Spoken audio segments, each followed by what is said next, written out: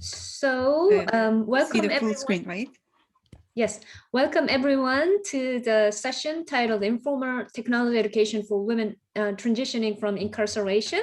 Our presenter is Baek-young Choi, Associate Professor at the University of Missouri, Kansas City, and she is in fact a collaborator on this project. So yeah, she will present for about 30 minutes, and then we will have time to respond to the audience questions. Baek-young, go ahead. Sure. Thanks, Hyunjin, for the intro. As Hyunjin just mentioned, she is the collaborator on this project. In fact, as a lead, the PI on this project. So I'm going to talk about our project that is supported by National Science Foundation. It's informal technology education for women transitioning from incarceration. This is a multi-institutional the effort, and I am Baek-young Choi, as Hyunjin introduced. So we all know that the issue of digital divide, society is increasingly relying on digital technologies in many aspects. So those who lack relevant access and skill are lagging further behind. And among those underserved groups disproportionately affected by the digital divide are the women who are transitioning from incarceration and seeking to re-enter the workforce outside of the carceral system. We call them women in transition in this work. So these women in transition rarely have been exposed to sound technology education, particularly because they've been generally isolated from digital environment while being in incarceration. So some background of our women. There are over 1 million women at the moment incarcerated in the United States. Women is the fastest growing segment of the incarcerated population. Over the past 40 years, more than 800% has increased in the nation. And the situation is worse in the states of Missouri and Kansas. And we also find that 2/3 of those women in jail or prison are women of color. And more than half, 60% of them have a child under age 18 to take care of. And also most of them have received only up to high school education. And first, I'd like to explain briefly about our overall project. This is to offer research-informed STEM education, and we do studies for how to improve the retention of the participants and the modes and the environment for effective teaching and learning. And also we want to understand the impacts of various elements of education. And we want to build a model through this project that works with the community. So through the community engagement, we want to do empirical research in broadening technology education to underserved populations beyond this special population. So this project is to fill the gap in technology education, and we do studies on digital divide and technology use and its impact. And this will build an interdisciplinary framework for broadening participation in STEM. And broadly, we want to serve this special women to better adjust in the society that is increasingly dependent on digital technology. And that will also help them educate their children, because many of them are the primary caregivers of young children. And we hope that this will serve as a template for other underserved population as well. We are from multiple institutions that includes University of Kansas, the different units, School of Journalism, School of Social Science, and Center for Learning, and University of Missouri, Kansas City, School of Computing and Engineering, and University of Kansas Medical Center. We are also multidisciplinary team. The disciplines encompass digital and emerging media, communication studies, computer science and engineering, preventive medicine and public health, women's studies, policy and social studies, and adult learning. We also have a community partners. the community organizations that support women's reentry, and also we are working with the Department of Corrections in the neighboring Midwestern cities, especially for recruiting the participants. So we started this project because of our population, women in transition, specifically they had a limited resources and opportunities in their exposure to technology education. Um, they had restrictions on the internet usage while they are in prison. They were in prison, and also the prison programs are geared toward males, and it's not really designed for women. So on the other hand, the society is increasingly dependent on digital access and literacy. So these women need technology skills to not only find jobs to enter the workforce in the society, but also to be able to support their children and their education. The goal of this particular study that I'm presenting is to understand challenges facing women recently released from incarceration, specifically in terms of access and use of technology, and to explore how educational programs can be developed to support their technology learning, and to understand how COVID-19 influenced the women's technology use and learning, because COVID-19 happened just almost at the beginning of our program launch, and this was a detrimental the event, but this also gave an opportunity to see what's the impact on their life and their technology use. There have been a number of studies about computing education of underrepresented groups. The issue of underrepresentation of women in computing have been widely recognized for many years. The studies to understand the factors and influences that repel women away from computing.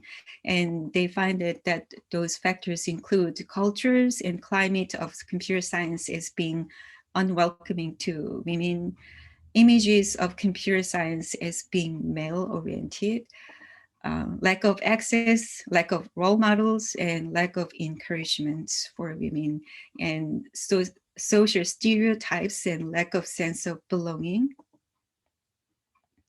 and lack of confidence. A lot of factors that has been they discussed and they understood. And another study shows that early exposure is critical for young women to be drawn to computing. There are also social cultural efforts, many of them aimed at making this discipline to be more attractive to women. And these are the examples of those projects and efforts. However, the issue of gender imbalance still remains significant, and most of those efforts are centered around young women. For special underrepresented group, the women of color, particularly the Black women, has been studied, and a study shows that Black women's social experiences are often different from Black men or Black women in the United States. First, there has been the disparity in terms of race and gender in K-12 CS education. And interestingly, rather than early exposure, having friends in computing area and family support were the most significant impact for them to choose computer science as their career. Socioeconomic inequity is the further amplifies digital divide among all women across the gender. So understanding the needs of different groups and the individuals and providing adequate social support for them is important. There are also studies to the studies and projects to they offer computing education for marginalized people. There has been studies about the computing education for cognitive with cognitive disabilities, and another effort providing computing education for economically marginalized youth.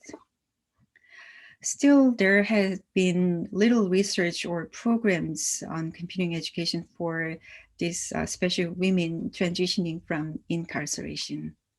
There are a number of prison education and reentry programs. These are some of the examples. However, they have found that they are mostly focusing on general education and mostly for their the major population, male. And the general education, the curriculum includes history, psychology, and math, and technology is relatively a new topic for them to incorporate, and it is the efforts are being made. On a relevant, the issue is that the performance metric of the reentry programs and the most common performance metric of the correctional or reentry program is the rate of recidivism. And that is broadly defined as re-engaging in criminal activity after intervention. And that's an important the performance metric for Justice Department to evaluate their outcome of justice resources. However, the focus is on the negative outcome, and it's not enough for assessing the impact of changes to policy and practice.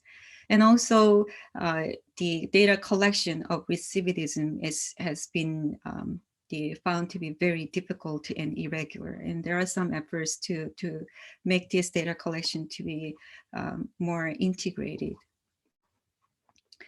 In the light of this, we aim for the positive measure of self-efficacy and perceived social support.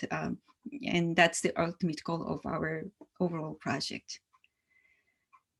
So in this program, research informed technology education for women in transition, we consider participants' needs rather than having a ready set curriculum in advance. We consider their needs and desires in learning technology, and as well as the social psychological attributes of the participants. So this study is based on the interviews we have conducted with the 75 women who have been released from jails or prisons in the Midwest in the past 5 years as of early 2020. And these interviews were conducted in winter 2019 and spring 2020, before COVID and during COVID. Our team has received the Institutional Review Board approval, and we also have received the consent signed from each of the participants. And we have used the theory method for the analysis of interview scripts, which is qualitative. We have used the Atlas TI, the analytics platform for qualitative data that helped us to organize and interpret the interview scripts. So the qualitative research here, we organized the coding of themes related to the topics of technology use and education. Here, code means not a program, but it's a short representation of ideas from the script, interview script. And the coding means that identifying themes across the qualitative data. We use so reading through and analyzing through the interview scripts, we use the constant comparison technique and identify the recurring themes in the scripts related to technology use in education, as well as other emergent ideas as we do the open coding initially. So we have used the different the analysis method open coding, focus coding, in vivo coding. These are the methods for processing and drawing themes and categories from qualitative interview scripts.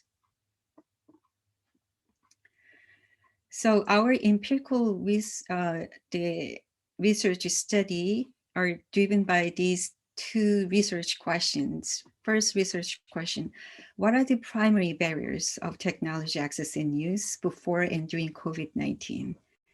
Second, what are the social, psychological barriers of technology learning? Here are the summary of key characteristics of the interview participants. The ages of participants ranged from 26 to 65 years old. And in terms of race, over 40%, 41% were Black.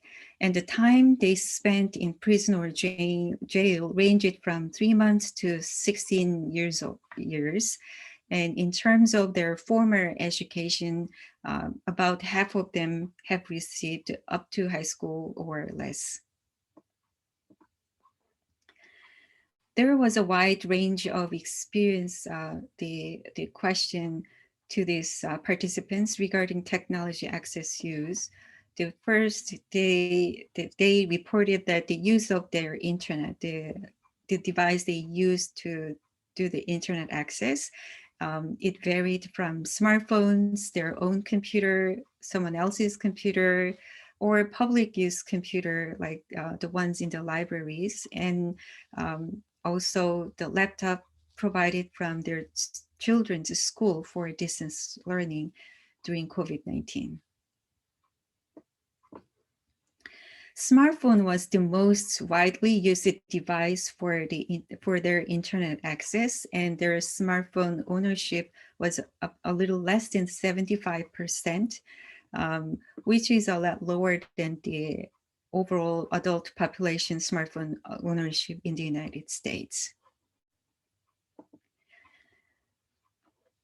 About half of the participants reported owning one or the single. So about the half of the participants, they reported they have a laptop or computer, and the other half have to go to public library or the community employment training center. And about half of them have one or no internet device at home, and the other half has 2 or more devices in their household. Their time spent online per day varied from not at all to 7 or more hours per day. So the first research question, what are the primary barriers of the technology access and use before and during COVID? And we find that the primary barrier for them is a limited resource relating to precarious housing and financial conditions. So this is the finding that we observed from the interview scripts, and these are some in vivo scripts using pseudonyms. So you can see the internet subscription was not a necessity. They had to cancel it due to financial situation. Someone says she's broke and doesn't have internet access at home. Someone is homeless and she doesn't have a stable internet connection. Someone's cell phone was disconnected and her government phone doesn't have a good enough data plan. Someone has to used to use their neighbor's Wi-Fi. So very difficult situation. Some participants with the school children said that their children's school district offered laptop and free internet access to their household during the COVID distance learning. But after the summer, they have to pay $10 per month, which was a challenge for them. Somebody says that they go to public places like McDonald's for the internet access. and the experience of internet there was not really good.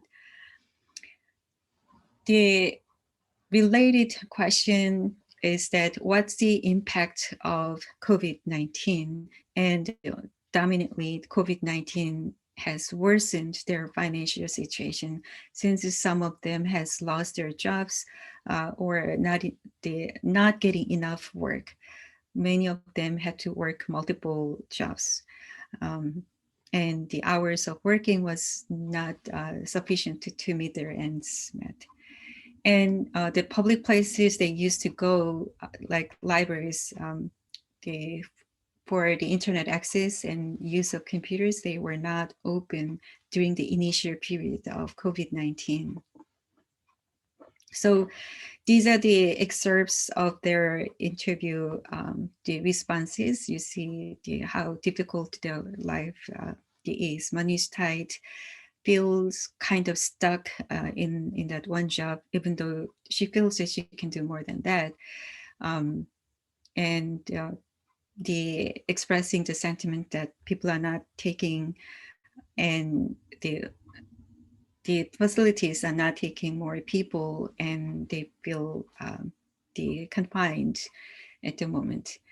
Someone says that her multiple children goes to the children's grandparents' house who had a laptop, but they having a one laptop getting the children's work done, it's kind of crazy for them.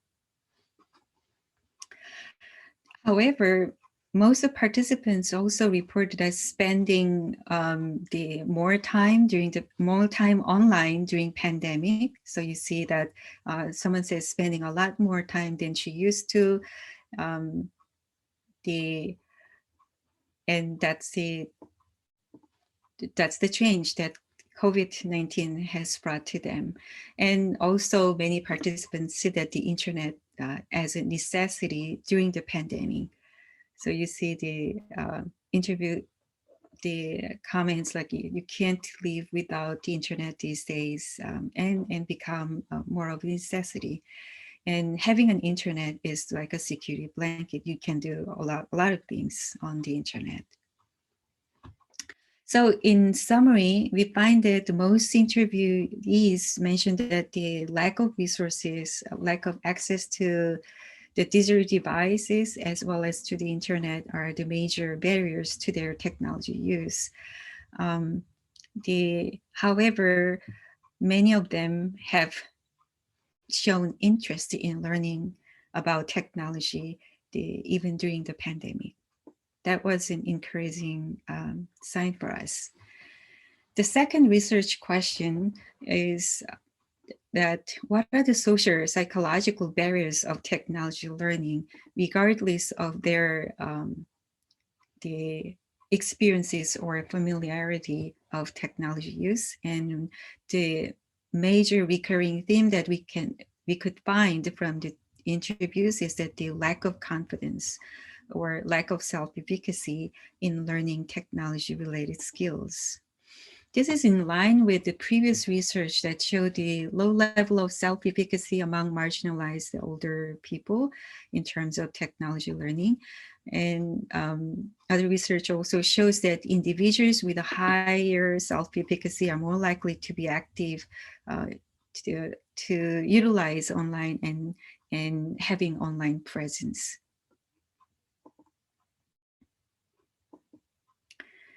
The other issue that we find is that they do have the big concerns on online privacy and security. So these are some of the categories we find from the participants' responses. Some says that not being smart enough or getting irritated easily in discussing technology-related the issues. And some says that even though they don't know much about the technology, they are learning, having a growth mindset. And also some says that the not knowing how to protect themselves online makes them prefer to stay offline. these are some examples of the interview comments relating to this question. Someone says that the learning to a computer is very difficult and overwhelming because she has been isolated from the digital world while being incarcerated. The other person says that it's very challenging and it's very particularly hard to manage passwords on different sites. We also note that someone says the mental health challenge and anger issues when learning technology. Someone says she gets irritated too quickly and she doesn't believe in herself. She doesn't believe in herself and cannot do it. And this is pretty sad to hear that. And seems like she has spent a lot of time isolated from the digital world. Another, the comments here we see that not knowing how to protect themselves online, the makes them to prefer to stay offline, not using online at all. Some people says that other people are watching or listening online, whatever they are doing. And especially those who recently released from jail, they say that the government surveillance is all the time on the online, and also the experience of being scammed made them feel more fearful. So you see some comments that they would prefer to stay offline. So in summary, relating to social psychological barriers in technology learning, we conclude that this low self-efficacy and concerns about online privacy and security are the most salient themes. And these issues discourage them from being active online or having any online presence. So based on these interviews, we developed technology education program for our especially women in transitioning from incarceration. So our program is interest driven. We have designed instruction strategies and education program taking into account the concerns they had and the barriers they have.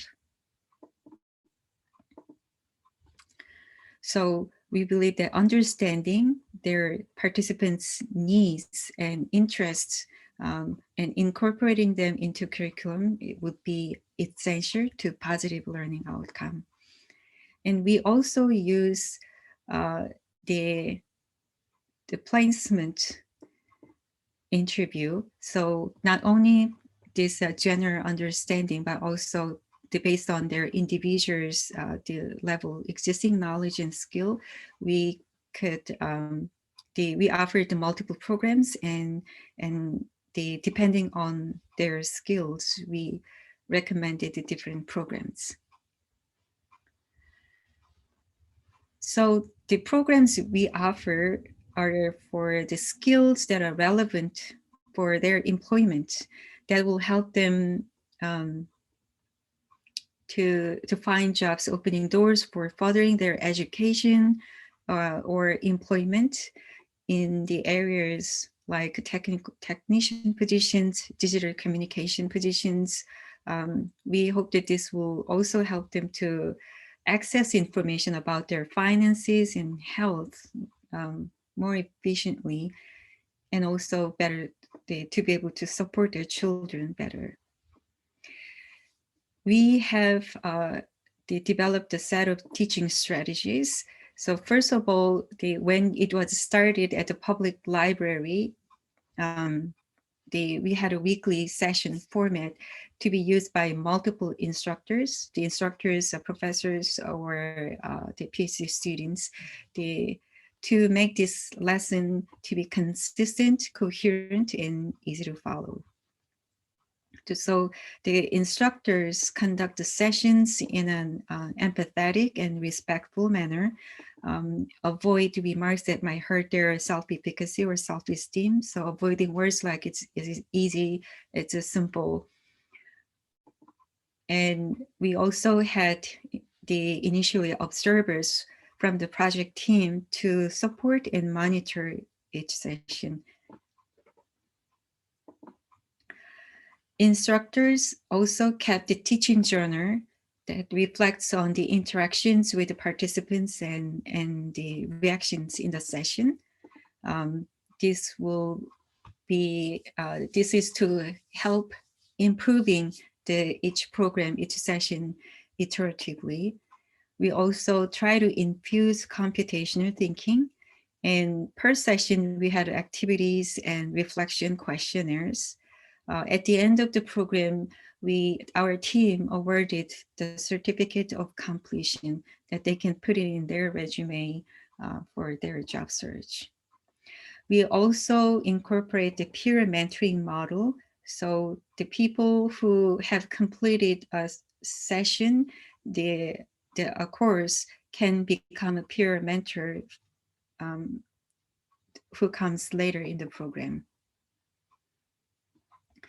This program is still in progress, even during the pandemic, and it is still in development. And these are the preliminary, I'm reporting the preliminary results, and these the programs we have developed so far includes these things: online resume building, online search and validation, the online privacy and security, Microsoft Office programs, and simple website building, a session on how to use social media, professional development, and computational thinking practices.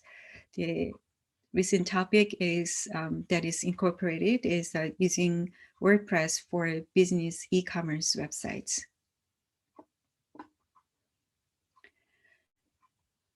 So this program was offered at a physical location such as public libraries.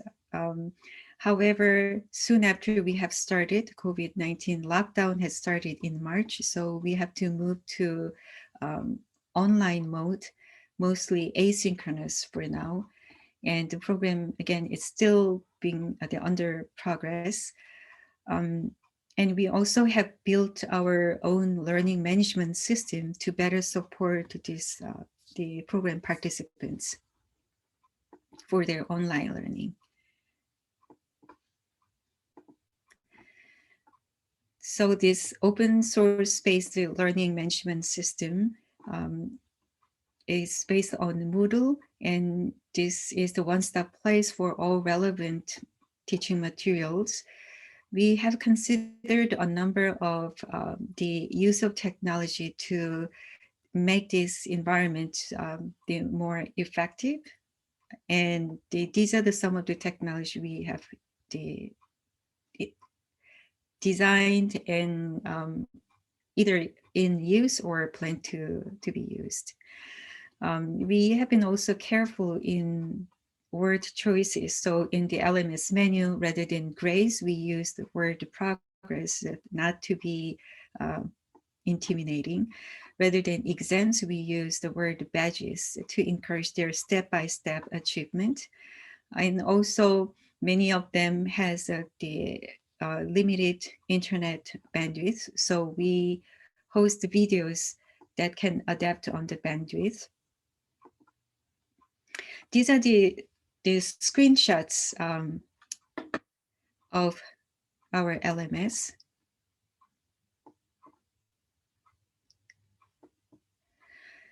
So this technology education program during the COVID, the number of participants was a lot smaller than we have anticipated. Lots of correctional facilities that they cut off the external engagement. So it has been difficult, but still it has been going on.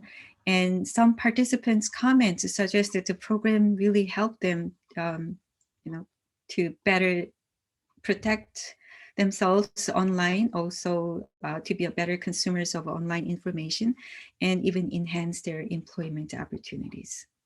Overall, the program we developed based on the participants' needs and interests, and we believe that that led to be relevant and useful. The preliminary feedback that we hear is pretty positive. Like, I am now in a place in my life where if I start something, I want to finish it, and extremely helpful. And being able to continue this education during pandemic, it has been very motivating.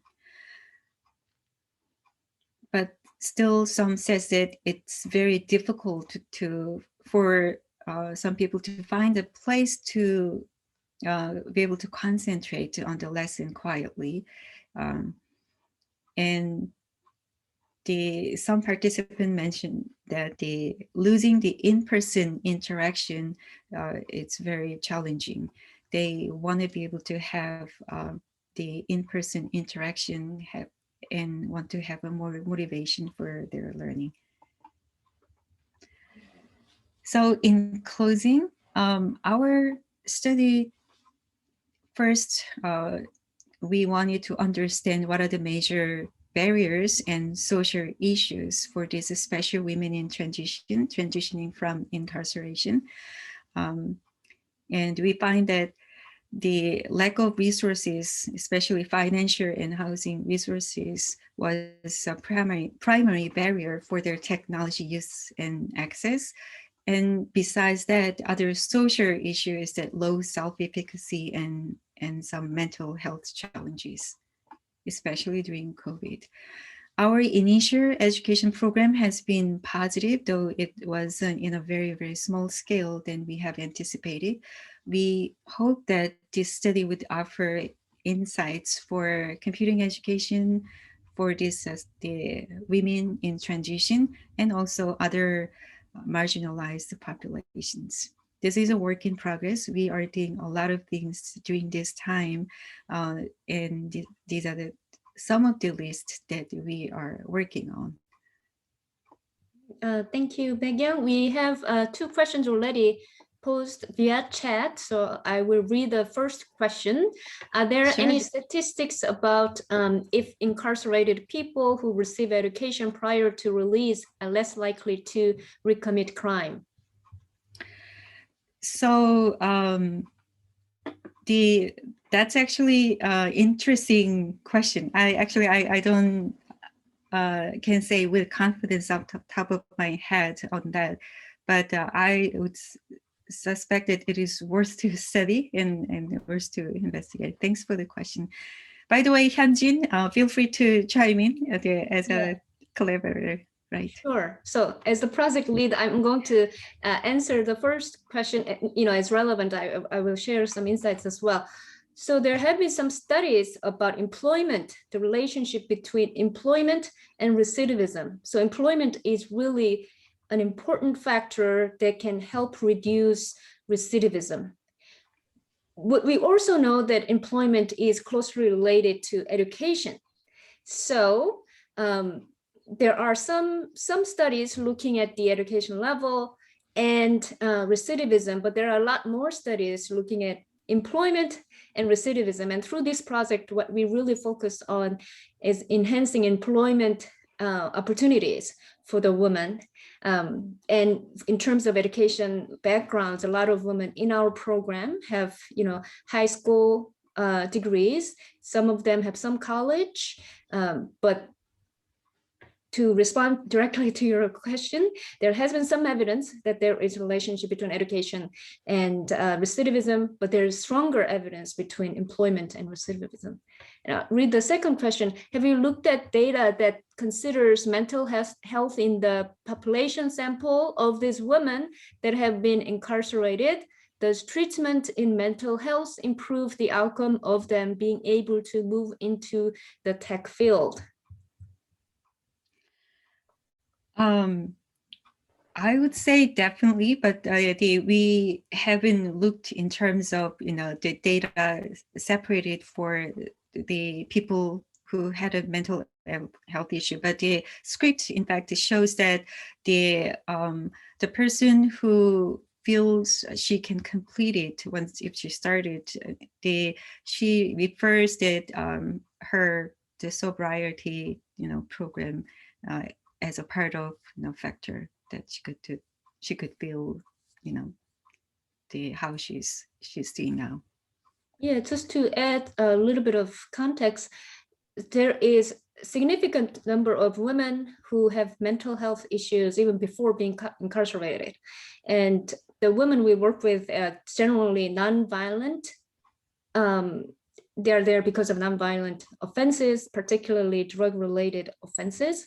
At the same time, again, there is huge literature on how the majority of women in incarceration are victims of abuse, sexual abuse or violence. So mental health is a big factor in addressing the topic. And in our program, as Baek-young mentioned in interviews, sometimes I mention anger management issues and those related issues without being prompted. So we know that this is definitely a topic that is being addressed by relevant nonprofit organizations that support women's reentry. And the third question, do you plan to expand your research to include other states? We'll be happy to do that in the long run. For now, we want to make it the effective, successful within the state that we are residing, but we'll be very happy to have such an opportunity to be able to expand our study and program. One thing is that since we are going a lot of components, the online, we believe we see a potential to be, more larger scale. So. Yeah, that's for sure. And challenge really is that you have to, in identifying and recruiting participants is not easy, as Baek-young mentioned. You have to work very closely with Department of Corrections and nonprofit organizations in different states. And different states have different sort of guidelines and norms in terms of working with and allowing academics to get into their facilities. We work with the Department of Corrections in 4 different counties in Missouri and Kansas. And what we have uncovered is even within these 2 neighboring states, there are, even within one state actually, between the counties, there are some different rules as to what we researchers can do with the population, because to recruit participants, sometimes we go to jails to promote our program because we want to explain our program to those who will be released soon. So yes, as Baek-young said, we'll be really excited to do that, but also recognizing that there are kind of certainly with challenges in expanding this project to other states. But as Baek-young mentioned, because of COVID, offering program online, there are more, I think, possibilities in that. Thank you all for wonderful questions, and thank you most of all to our presenter, Dr. Baek-young Choi, and I hope you enjoy the rest of the conference. Thank you. Thank you so much for the opportunity. Thanks. Bye.